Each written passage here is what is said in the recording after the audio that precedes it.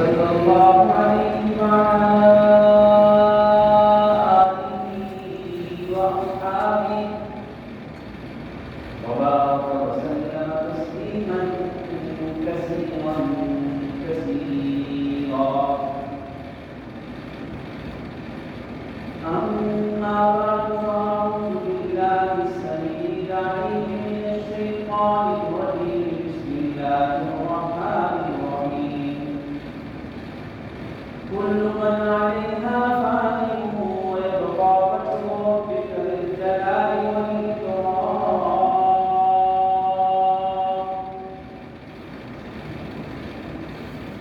قال النبي صلى الله تعالى عليه وسلم: من آخر كلامنا لا إله إلا الله دخل الجنة. رب اشرح لي صدري ويسر لي أمري واحلل عقدة من لساني يفقهوا قولي. رب زدني علما رب زدني علما رب زدني علما وعملا صالحا متقبلا. سبحانك لا علم لنا إلا ما علمتنا إنك أنت العليم الحكيم. اللهم رب صل وسلم دائما أبدا على حبيبك خير الخلق كلهم. اللهم صل على سيدنا ومولانا محمد وعلى آل سيدنا ومولانا محمد وبارك وسلم وسل عليه كما تحب وترضى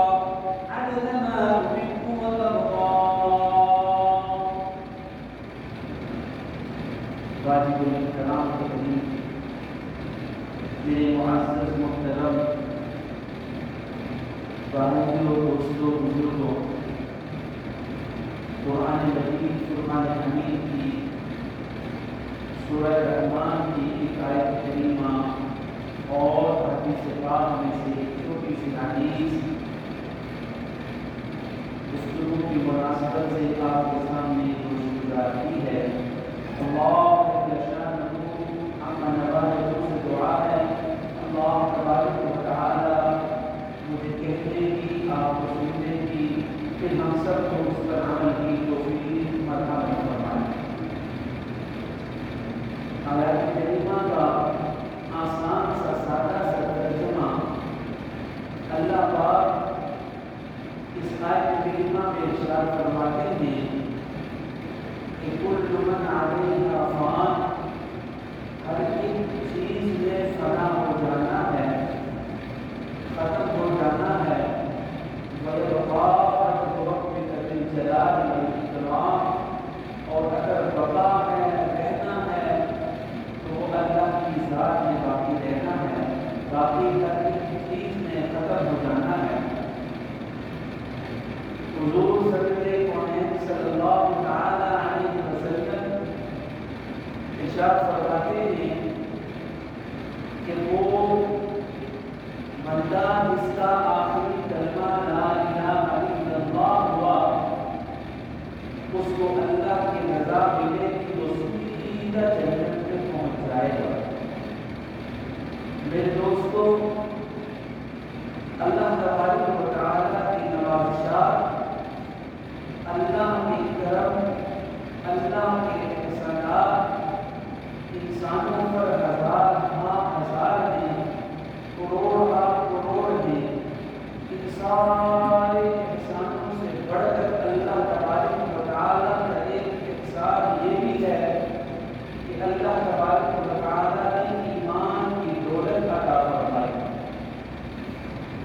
ایمان کی دولت کا مل جانا اتنی بڑی نعمت ہے کہ صرف اور صرف ایک بات کہہ کر کہ کل اگر کسی چیز پر حسرت ہوگی کفار کو، تو وہ یہی ہوگی کہ کہ جنہوں نے ایمان لایا تھا، محمد رسول اللہ کا کلمہ پڑھا تھا، آج وہ اپنے ایمان کی وجہ سے، اس لا الہ الا اللہ کی وجہ سے جہنم سے نکال کر کے جنت میں ڈالے گئے، ان کے لیے راہ ہموار ہوئی۔ باوجود اس کے کہ وہ گناہگار تھے، سیاہگار تھے، لیکن پھر بھی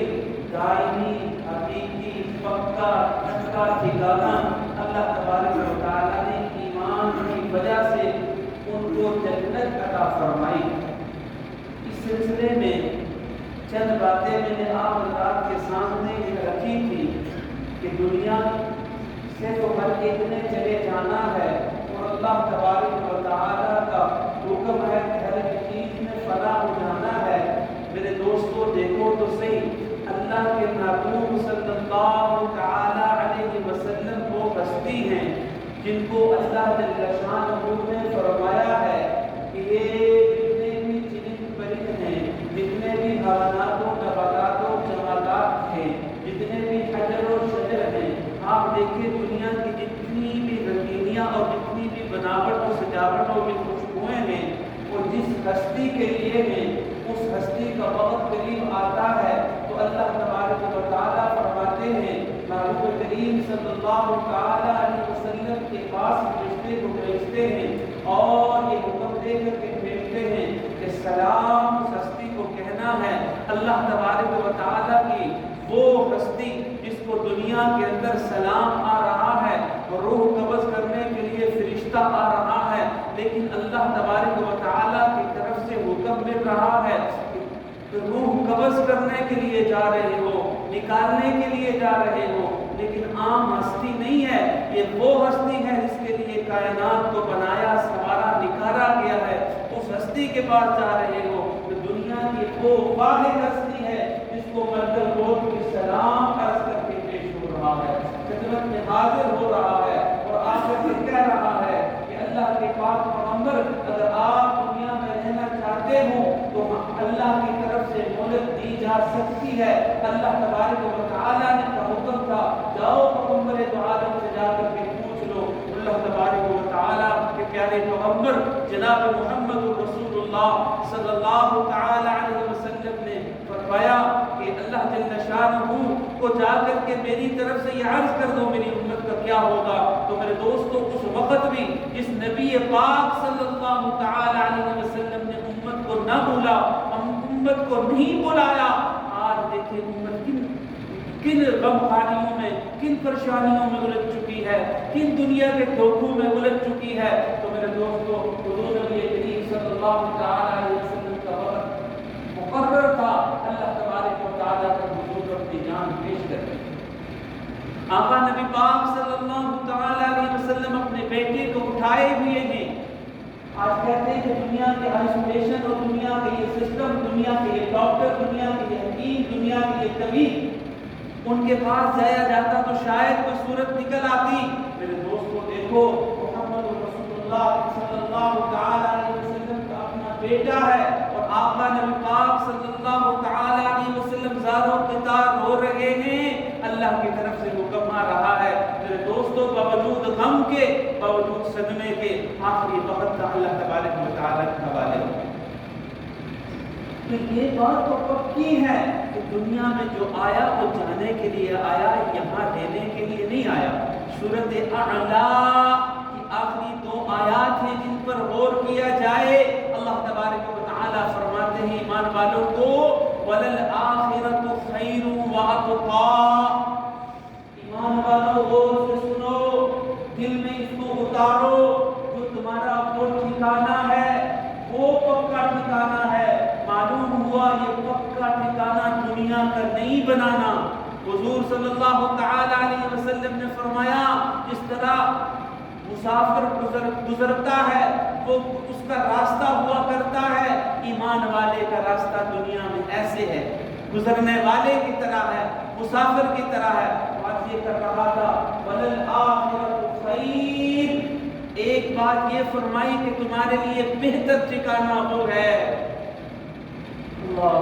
تو دوسری بات یہ فرمائی کہ تمہارے لیے پکا ٹھکانہ جو ہے وہ آخرت ہے۔ تمہیں یہ بات سمجھانے کے بعد کہ ہم نے دنیا سے چلے جانا ہے، چلا جانا تو پکی بات ہو گئی، دل میں اتار لیا گیا۔ اب حضور نبی کریم صلی اللہ تعالی علیہ وسلم نے اور اللہ والوں نے، اللہ کے پیاروں نے، محبین و صدیقین نے جو باتیں بتائی ہیں کہ ان باتوں کی وجہ سے جو ملاقات کا وقت ہے، جو اللہ سے ملنے کا وقت ہے، جو دنیا سے کوچ کرنے کا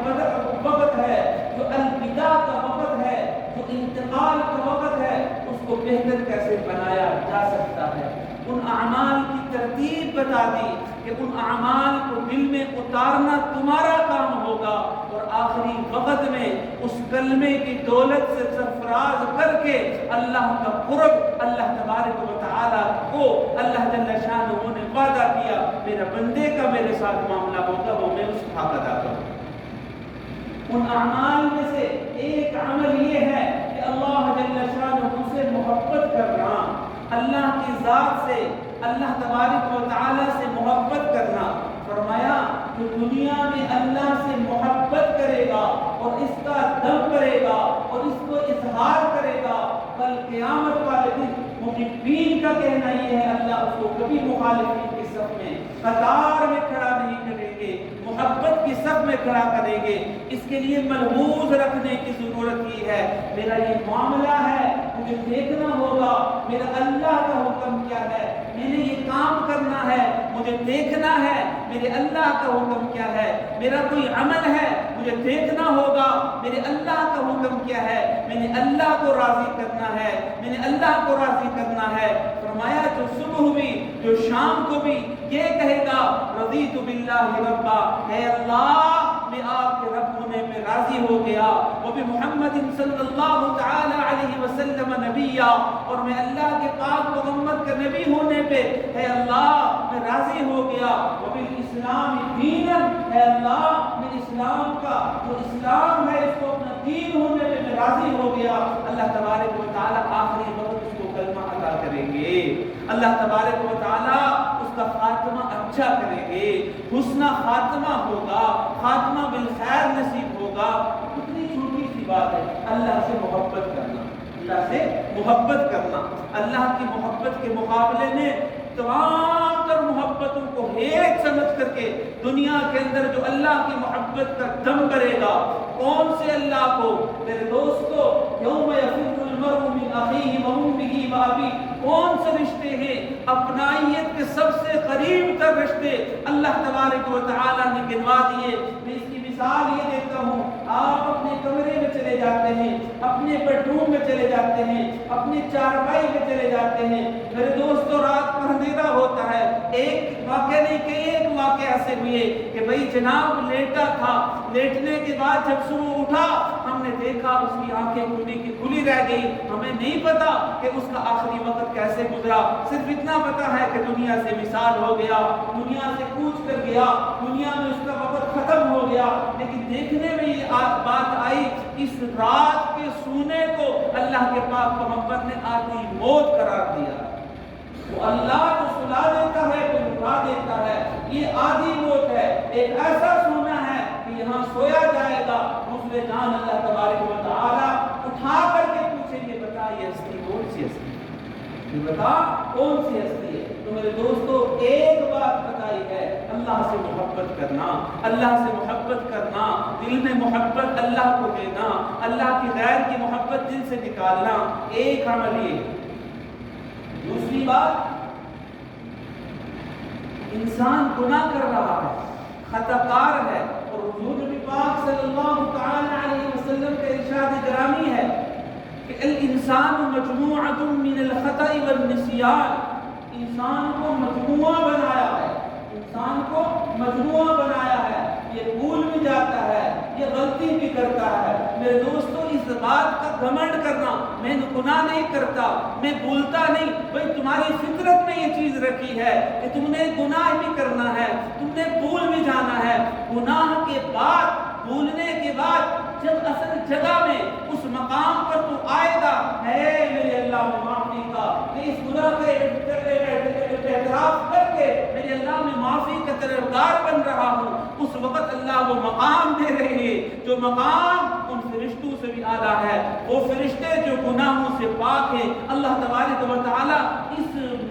جو توبہ ہے، اس توبہ کی وجہ سے اس انسان کو اللہ جل شانہ نے وہ فرشتوں سے بھی اعلیٰ مقام دے دیا۔ دوسری بات میں نے یہ عرض کی، اللہ تبارک و تعالیٰ کے خوف سے ڈر کر کے اللہ تبارک و تعالیٰ کو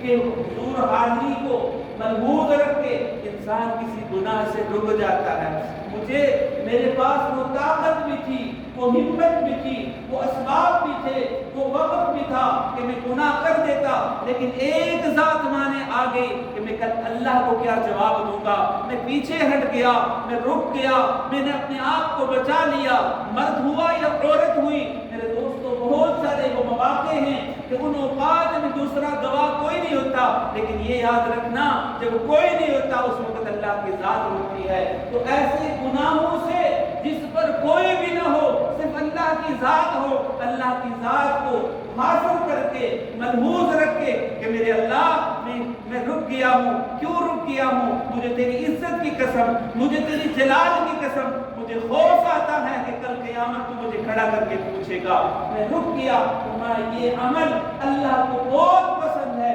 اللہ کو محبوب ہے، اور اس کی وجہ سے آخری وقت جو ہوگا اللہ خاتمہ بالخیر فرما دیں گے، اللہ حسن خاتمہ کی دولت سے مالا مال کر دیں گے۔ کمال ہے،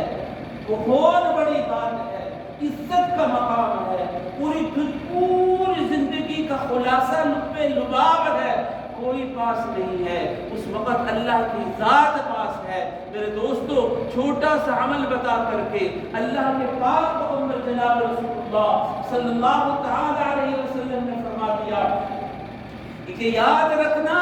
عمل کیا تھا اللہ کی رضا کے لیے، اللہ جل شانہ کو دماغ میں دل میں حاضر رکھ کر کے مستحضر کر کے اللہ کو گواہ بنا کر کے، اے میرے اللہ میں نے یہ کام تیری رضا کے لیے کیا ہے۔ اللہ اس عمل کی بدولت ایک فرشتہ مقرر کر دیتے ہیں، وہ فرشتہ جاتا ہے جب شیاطین کا حملہ ہو رہا ہوتا ہے، جب شیطان پورے زور سے انسان کے اوپر حاوی ہو کر کے آ رہا ہوتا ہے اور اپنی طاقت کے ساتھ آ رہا ہوتا ہے کہ دنیا سے جانے والا ایمان لے کر کے نہ جائے، اچھی موت سے نہ جائے، موت بالخیر نہ جائے، جہنم کا ہمیشہ ہمیشہ کا مہمان بن کر کے جائے۔ تو میرے دوستو اس وقت اللہ کے پاک پیغمبر جناب رسول اللہ صلی اللہ تعالی علیہ وسلم نے فرمایا اس عمل کو متشکل کر کے، اس کی شکل بنا کر کے فرشتے کی صورت میں آ کر کے اس شیطان کے سامنے کھڑا ہو جاتا ہے اور اس کو کہتا ہے دفع ہو جا، دفع ہو جا، یہ وہ محمدی ہے، یہ وہ غلام ہے، یہ جو وہ محسن ہے، یہ وہ محبوب ہے جس نے اللہ کی رضا کے لیے ان اعمال کو کیا تھا۔ آج اس کو دور کر کے اس کو کلمہ یاد کروا دیتا ہے، اس کو کلمہ یاد کروا دیتا ہے، اور پھر جب یہ کلمہ پڑھتا ہے حضور نبی کریم صلی اللہ تعالی علیہ وسلم نے فرمایا وہ تکلیف آپ کو نظر نہیں آ رہی ہوتی، وہ چیزیں جو اس کو نظر آ رہی ہیں وہ آپ کو نظر نہیں آ رہی ہوتی، اس وقت لا الہ الا اللہ پڑھتا ہے۔ اللہ کے پاک پیغمبر جناب رسول اللہ صلی اللہ تعالی علیہ وسلم نے فرمایا تم دیکھ رہے ہو نا کہ اس نے کلمہ پڑھا تھا، تم گواہ بن جانا، کل جنت کا مہمان اس کو بنا کر کے تمہیں دکھاؤں، کل جنت کے اندر یہ اللہ کا مہمان بن جائے گا۔ حضور نے فرمایا من قال لا الہ الا اللہ آخر کلامنا